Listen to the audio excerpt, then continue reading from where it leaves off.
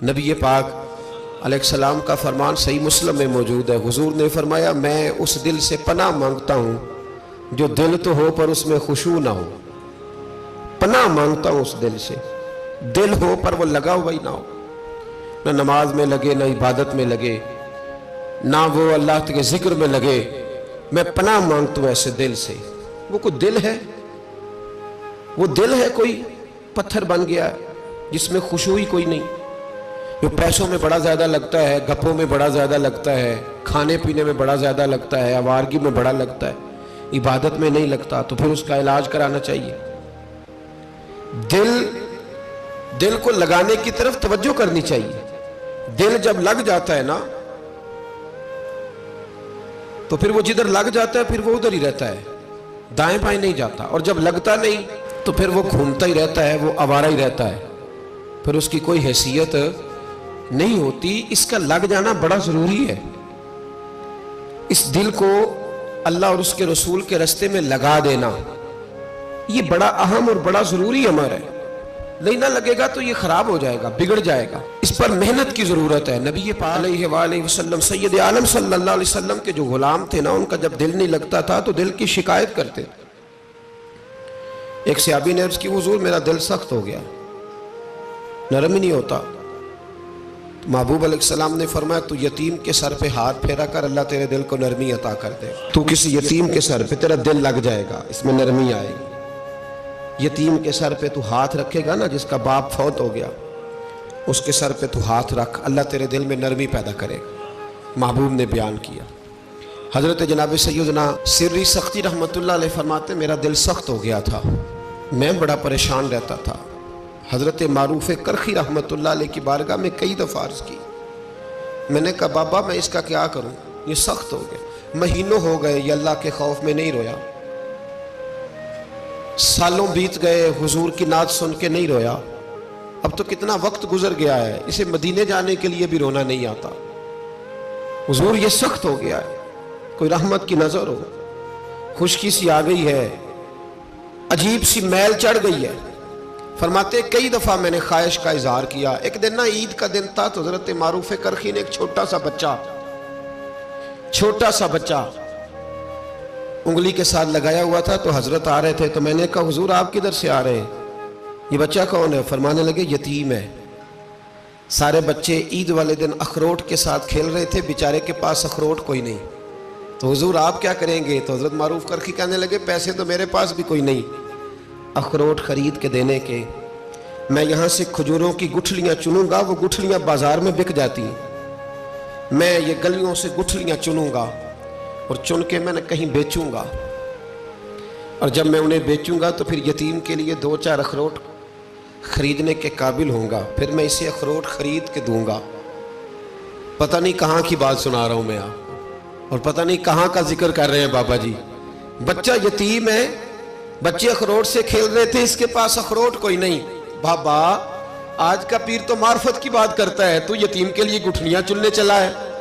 آج کا پیر تو کہتا ہے میں اسی والے کمرے میں بیٹھ کے تمہیں بڑا عرش کے اعلیٰ کی بات بتاؤں گا، یتیم کے لیے گٹھلیاں چننا، مدرسے کے طلباء کی نوکری کرنا، یتیموں کا، غریبوں کا، ان مجبوروں کا خیال کرنا، یہ تو رواج ہی نہیں ہے آج کا۔ بابا تو کیا کہانی سنا رہا ہے؟ تو حضرت معروف کرخی کہنے لگے گٹھلیاں چنوں گا، پھر انہیں بیچوں گا، پھر جب کچھ پیسے ملیں گے نا تو میں اسے اخروٹ خرید کے دوں گا، اور فرمانے لگے جب یہ اخروٹ سے کھیل کر ہنسے گا نا تو اللہ میرے دل کو سکون عطا فرمائے گا۔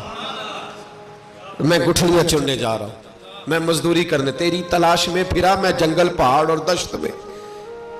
تو حضرت سری سختی فرماتے ہیں میرے گھر میں پیسے تھے، میں نے کہا حضور اگر یہ نوکری مجھے مل جائے تو میں غلام جو ہوا، اگر مجھے دے دے یہ نوکری تو میں نہ کر لوں؟ فرمانے لگے تو کر لے۔ فرماتے میں اس یتیم کو پہلے گھر لے گیا، وہاں سے میں نے پیسے لیے، پھر بازار لے گیا، کپڑے خریدے، اس کے لیے ٹوپی خریدی، پھر میں نے اسے 2 کھجوریں کھلائیں، پھر اخروٹ خرید کے دیے۔ حضرت سیدنا معروف کرخی کہتے ہیں اس کو میں نے چیزیں دے کے نا، وہ بچہ تھا، بچے ہی ہوتے ہیں، میں نے جب اسے اخروٹ دیے تو وہ دوڑنے لگا، میں بھی ہلکا ہلکا پیچھے چلنے لگا۔ فرماتے ہیں وہ جا کے بچوں کے گروہ میں مل گیا، وہاں درجنوں 20 بچے کھیل رہے تھے، وہ مل گیا، وہ کھیلتا رہا۔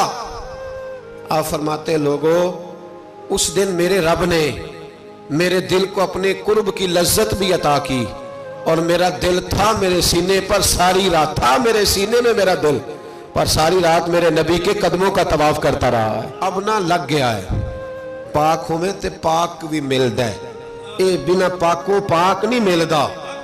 سادے وجود نو تون دے نالوں اکو تولا ٹکڑا دل دا، یہ دل میں خشوع پیدا ہو جائے نا، خشوع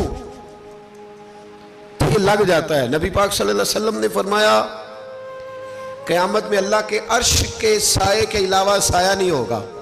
اللہ کچھ لوگوں کو اس دن اپنے عرش کا سایہ دے گا، ایک اس شخص کو بھی اللہ سایہ دے گا جو نماز پڑھ کے آ تو جاتا ہے پر دل اس کا مسجد سے لگا رہتا ہے۔ جس کا دل لگ گیا نا وہاں دل، جس کا دل لگ گیا۔ حضرت ربیع بن خثیم رضی اللہ تعالیٰ عنہ ایک تابعی تھے، وہ کہتے ہیں میرے کسی نے دل میں بات ڈال دی کہ بس دل میں ڈال دی کہ نظریں جھکا کے رکھنی ہے، بس کسی نے دل میں بات کہ نظریں جھکا کے رکھنی ہے۔ 20 سال وہ آتے رہے حضرت عبداللہ ابن مسعود کے گھر، تو نظریں اس طرح جھکا کے رکھتے تھے، جب دروازے پہ دستک دیتے تھے نا تو حضرت عبداللہ ابن مسعود کی کنیز دیکھنے جاتی تو کہتی تھی حضور وہ آپ کا نابینا دوست نہیں، وہ نابینا وہ آیا دروازے پہ۔ حضرت بات سن کے ہنس دیتے۔ 20 سال گزر گئے، کتنے؟ کسی کو کہا جائے نا پیر صاحب مرید کو وظیفہ بتائیں کہ 20 دن کرنا ہے، تو نام دن پوچھے تو کہندے میں ادھر نہیں کیتا جدن تساں دسیا سی، اس دن تو میں نے کیا تھا۔ تو پھر ساتھ ہی کہتے ہو ہمیں غوث پاک بھی بنا دو، جلدی جلدی ان کی لسٹ میں بزرگوں کی شامل کر دو۔ تو بھائی ذرا ٹھہر جا، 20 سال آتے رہے، 20 سال۔ ایک دن کہا تھا کسی نے نظر جھکا کے رکھنا، تو کہتے کنیز باہر جاتی، کہتی حضور آپ کا وہ نابینا دوست نہیں وہ آیا، تو حضرت ہنس دیتے۔ 20 سال گزر گئے تو کنیز ایک دن کہنے لگی حضور میری جرت تو نہیں پر مجھے بتائیں تو صحیح کہ میں جب بھی آگے کہتی ہوں نابینا ہے آپ ہنستے ہیں، میں نے 20 سال نہیں پوچھا، آج تو زمانہ بیت گیا، بتائیں تو صحیح۔ آپ فرمانے لگے وہ نابینا نہیں، اس کا دل لگ گیا ہے، یہ بات بیٹھ گئی ہے کہ نظریں جھکا کے رکھنی ہے۔ وہ نابینا نہیں، اسے تو نظر آتا ہے، آج جب آئے گا نا تو پردے کے پیچھے کھڑی ہو کے دیکھنا جب دوبارہ آیا۔ تو بی بی کہتی ہے پردے کے پیچھے میں نے کھڑے ہو کے دیکھا، وہ تو آنکھیں کھول کھول کے دیکھ رہا تھا، اس کا دل لگ گیا تھا کہ جب کوئی عورت نظر آئے تو پھر نظر جھکا لینی ہے، پھر نابینا بن جانا ہے۔ تو اس کو بن گیا تھا، لگ گیا دل اس طرف، تو بات بن گئی۔ تو حضرت عبداللہ ابن مسعود جناب ربیع بن خثیم رضی اللہ تعالیٰ عنہ سے فرمانے لگے تو تابعی ہے، کاش تو صحابی ہوتا، اور مجھے امید ہے اگر مصطفیٰ کریم تیرا چہرہ دیکھتے تو ضرور تجھ سے راضی ہوتے، کاش تو صحابی ہوتا۔ بھائی اس کا علاج کرائیں، خشوع ہی نہیں ہے، دل لگ ہی نہیں رہا۔